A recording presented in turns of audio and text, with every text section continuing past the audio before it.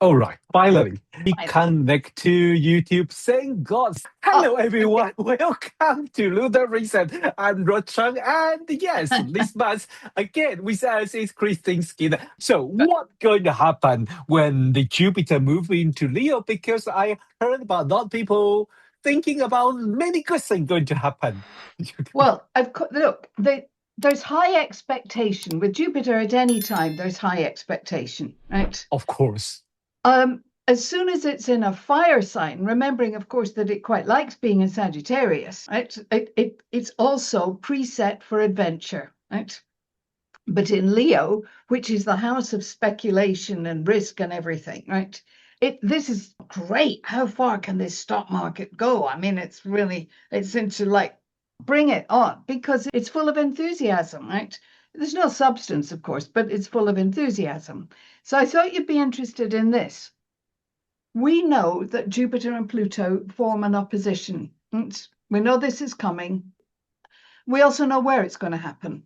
And so I look back to see when was the last time it happened across Aquarius Leo.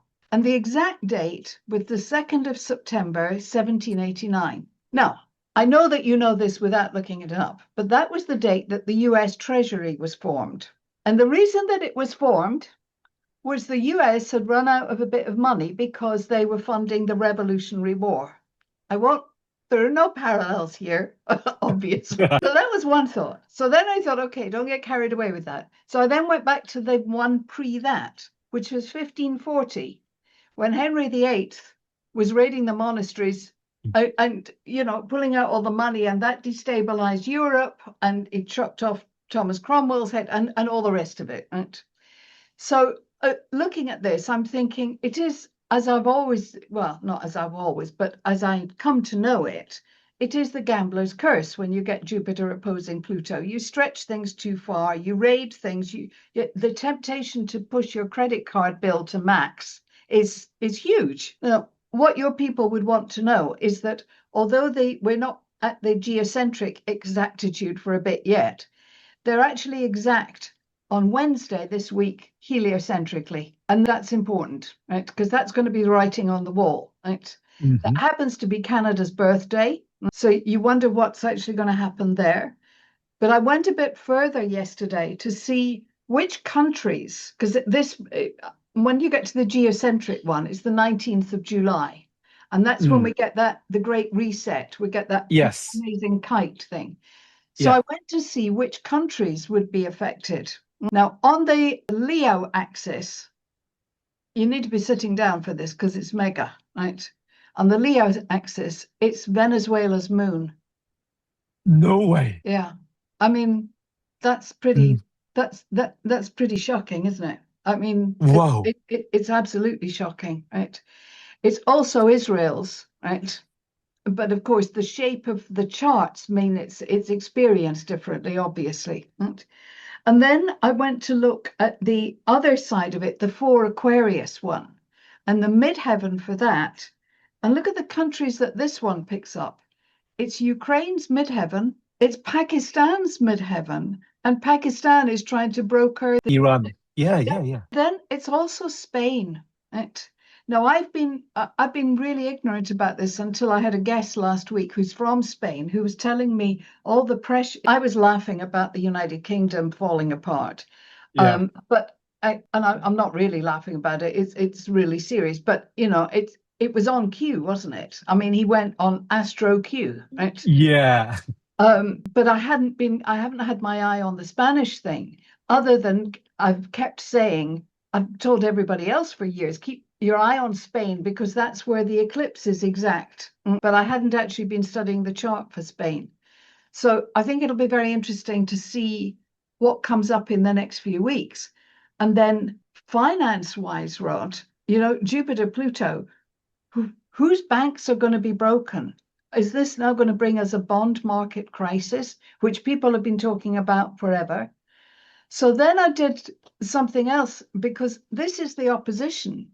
So if we say that an opposition is the fruition of something that began at the conjunction, you'd have to go back 6 years to go back to the conjunction, roughly. Yeah. which means that you'd look back at 1534, a big year in the UK. You'd look back at 1783, big Revolutionary War in the States. Yeah. And what did the world have in 2020? Oh, yeah, interesting one. COVID, and we haven't paid Yeah. that off. Nobody's paid that off, right? Nobody has paid that off. So this is now the crisis whose seeds were sown all the way back then. So yeah, there's actually quite a lot to unpack, and that's what I've been trying to do with the monthly classes, is unpack it and work out what's going to be affected most. But it's amazing, isn't it? I mean, the astrology of now is awesome. Definitely. Especially this morning when I wake up, when I read that news about the Putin is complaint about they kind of doing for this war, and they attacked by Ukraine, but they probably have short of energy. I mean, Russia has its Saturn at 4 of Aquarius. Pluto's come in and it hasn't got its resources. It's really simple and classic stuff, Isn't it? One thing I meant to say to you, because maybe one of your listeners will know the answer to this. I'm afraid I have lent somebody a book in the last years, God knows how long. And of course, the book is missing and now I want it, but I know what's in it. I know where I got it from. I know Roger Elliott recommended this, and now I can't remember if it was John Naylor or Roger himself who said that the seat of the UK government would move to Liverpool. Well, Manchester's not 5 minutes away from that. And they said that would happen in the 21st century, the beginning of the 21st century. And that's in a book. I had the book. Wow, I have a goosebump. But that's, I know I had it. I remember discussing it with Charles Harvey. I remember all of those things. I think I can remember where I was, where I heard it talked about, but none of us have mentioned it since. And now suddenly it's here. Yeah. I'd like to find the book or the article again. Wow, that is kind of we have our power shipment, and then current PM going to join, become the 7th, right? I think it's the 7th PM going to go away. Actually, it'll come as no surprise to you. I'm voting for Larry the Cat, because at least he's been consistent. I know. Talking about this, we have Mars approaching Uranus now, and this kind of created that kind of a unstoppable and surprising energy. I think it does. I mean, obviously, I'm looking at it from the financial point of view, and the norm is that as the markets, particularly the US ones, tend to rise up into a Mars-Uranus conjunction or a square or an opposition. This one, of course, they're bound to rise up because they want to celebrate their 250th birthday. So they're not listening to anything else other than it's party time, right? So they're going to run. So obviously it's going to run up. That's kind of like a no-brainer. But once they've had their party, and the interesting thing about this is that the Jupiter-Pluto opposition is after their party. And that's like when the credit card bill comes in and you find you drank all that stuff, but you can't pay the bill. Right? I wonder how he's going to fund. I mean, he's still got to pay for that ridiculous thing, the water feature thing. Yes. Whatever. Not to mention the war, which we're not supposed to call a war, or whatever this conflict is. And there's another thing about that, is that Jupiter, going back to Jupiter in Leo, it's going to affect their nodal axis. And when that's happened before, they've got caught in naval drama. So that rather suggests to me that this Straits of Hormuz business, I don't think it's finished by a long, long chalk. And people are playing the markets because they play so that over the weekend, right, they put the instability in on a Monday, they rationalize it by Friday, they throw it out of the water again on the weekend. It's total madness, and it's risk gone nuts. It's just risk gone nuts. And this has been true since Jupiter went heliocentrically into Leo a few weeks ago. So Jupiter already Leo in the heliocentric view. Yeah. Okay. Yeah. That makes sense now. Yeah. That makes sense. And if I tell you I mean, the inquiries here for the last 2 weeks have been, I mean, I'm always busy, but this last 2 weeks has been really quite incredible, right? And it's with people who are scared because they feel, oh my God, something's going to happen. How can I protect myself? And that's where and these are new people, so it's quite difficult to protect somebody when they've just come to you. It's easier when it's on a 5-10 year thing because you can have a plan. But this is like safety measures now and a little bit frantic and very hard to call the right day because the mood is changing so fast. But then the moon is swinging like God knows what. Yes, with these we so-called moon standstill. It's not just 1 day, 1 year. It's like we are on the peak of that 19-year cycle. So we still have that peak. It's not we stopped talking about it because the total maximum of the lunar standstill was the last 2 weeks. This year, the moon still go out of bounds. So that is like no wonder things go so crazy. I remember one thing, and I think you probably remember just like 2 weeks ago, while the Jupiter and the Venus conjunct, during that time, the SpaceX IPO. Oh my God. Listen, the SpaceX thing, that was incredible because way back in, was it April, May, when we knew the IPO was coming, and we were told it would probably happen around the 20th of June. That was when they said to start with. But Elon Musk has an out of bounds Mercury. So and it was always likely that he would go for a date when Mercury was again out of bounds, right? Which it was on the 12th, right? So that put the 12th into the frame. What's amazing about the chart for that, and there are lots, astrologers love an argument. Jesus, they love an argument, right?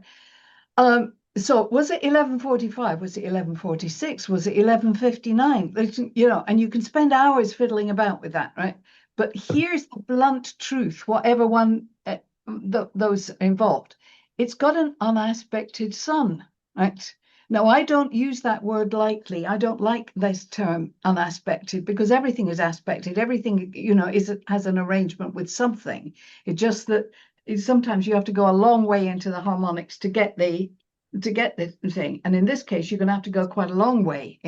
So you've got an unaspected sun, which is Elon Musk off on one, right? Mm-hmm.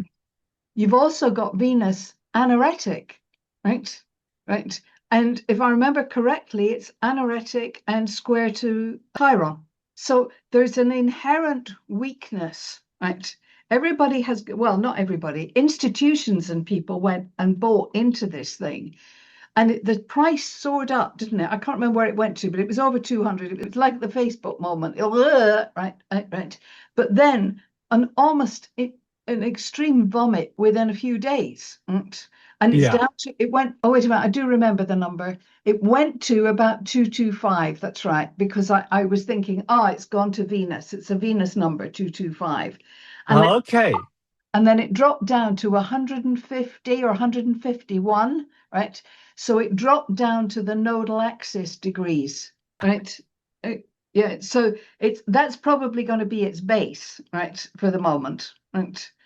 Well, for this week anyway, right? But no, it's an unstable chart, that one. But then this is a new sector, right?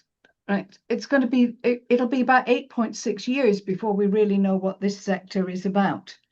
And if anybody wants to buy into it, they don't want to be buying into SpaceX itself. They want to be buying into the nuts and bolts or whatever it is that make the rockets and the actual, the practical things. Indeed. And I think while we're talking about that, that is kind of a very interesting point of view because certain people just like arguing about is that worth to buy now?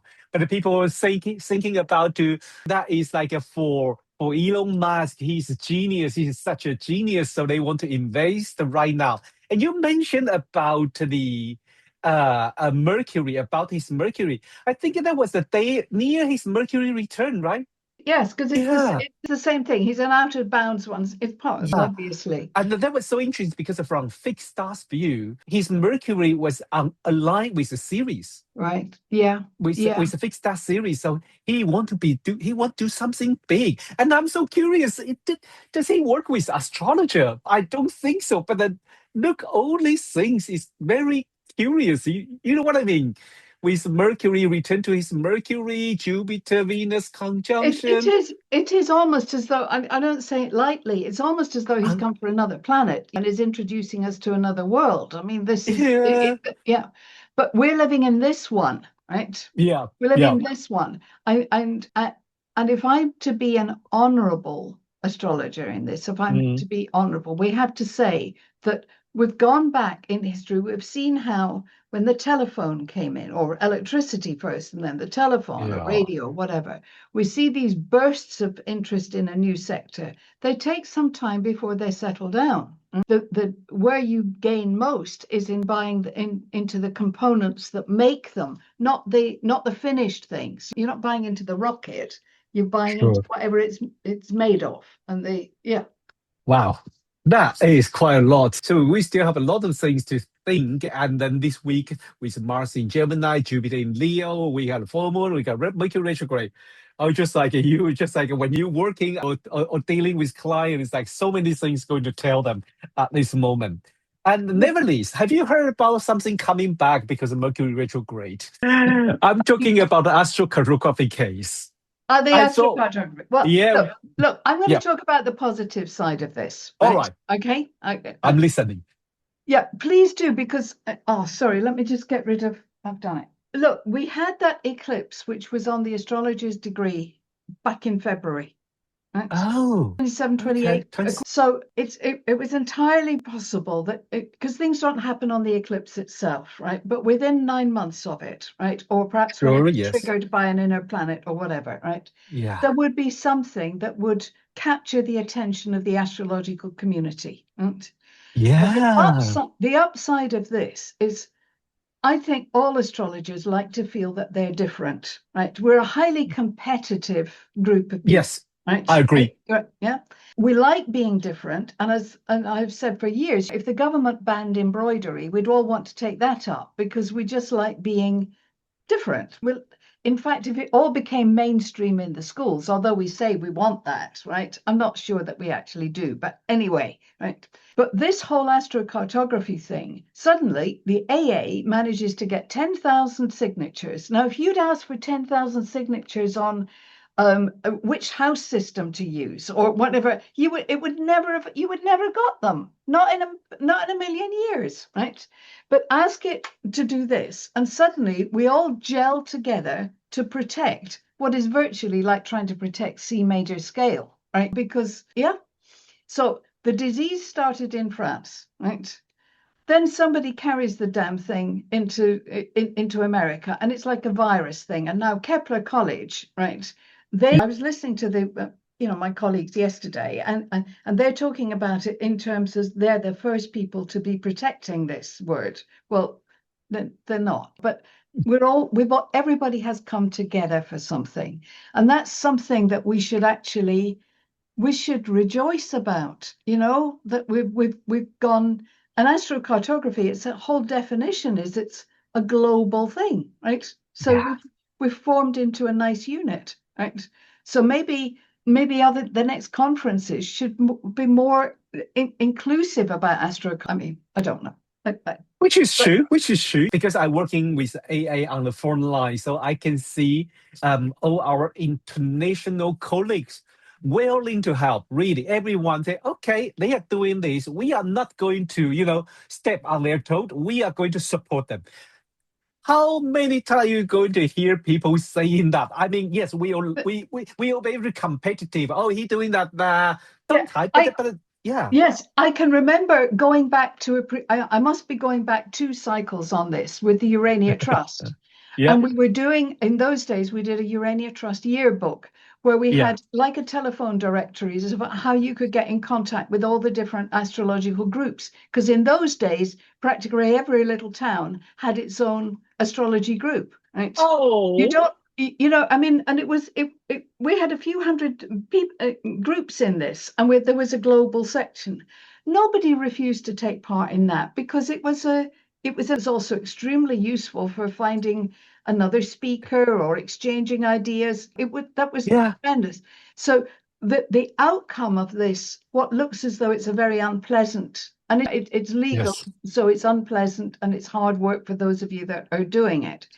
But if we look at the upside is we've gelled, right? We now know what actually really triggers us, and we're saying, get off our patch, right? Agree. You don't do that. That's not okay. Yeah, definitely. I think many of our colleagues agree with you. So at least we can looking on the positive side. These things really make all the astrology come from all different sectors, all different schools going to working together. Yeah, absolutely. So there's no competition between traditional and modern or whatever. It's just like, no, we're standing behind is our word.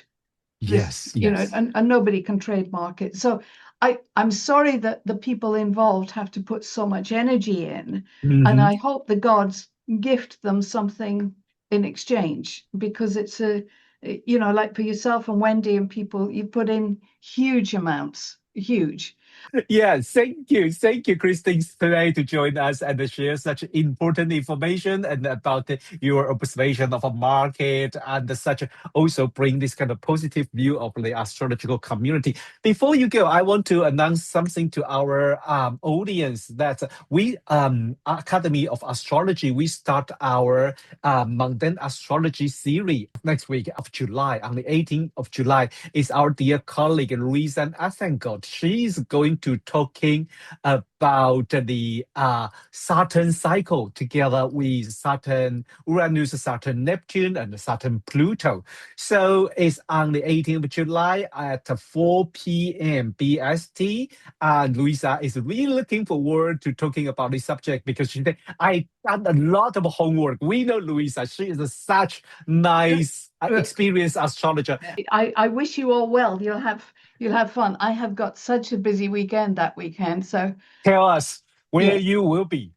Where will I be? No, I will be here, but I will be doing a lot of things. Yes. So when will be the next financial course then? Oh my God! Now it's a question of which one are we talking about? Right? Which one are we talking about? Which one are we talking about? Because we've got Istanbul on its rerun, right? Yeah. We've got this guy, your own Taiwan thing, right? Oh yeah. Yes. Maybe later, but in this summer. This summer we have. I will do my monthly class on the Sunday, the 26th of June. Okay. The 26th, yes. So I'm going to do that. I'm taking most of July to finish off the solar book, which has proved so fascinating. We had to lose 2 chapters because when I did the research, the stuff that I had always thought to be true turned out not to be. And that was kind of like devastating. But no, this is really good because the thing is now we have data that we didn't have. 10 years ago, we didn't have access to all this, right? Okay. So now we have really, really smart data that we can work with and a little bit of AI. So you can go back over 40 years or so and you can stand behind a forecast better than you could before. So yeah, so it was very upsetting for a few hours, right? But I'm pleased now because it means that the book will look a lot better and more exciting. So cool. Yeah. So you're going to spend most of July on this solar book, but people who want to join you is for the financial course on Sunday is 26th of July, right? Yes, and you do that through Julie City. Yes, definitely. Yes, I will put the link underneath. All right. Yes. Okay. So thanks everyone for joining us today, and I'm so looking forward to chat with you next month. Then, bye bye. Bye. 按赞、订阅、分享，谢谢大家观看到最后。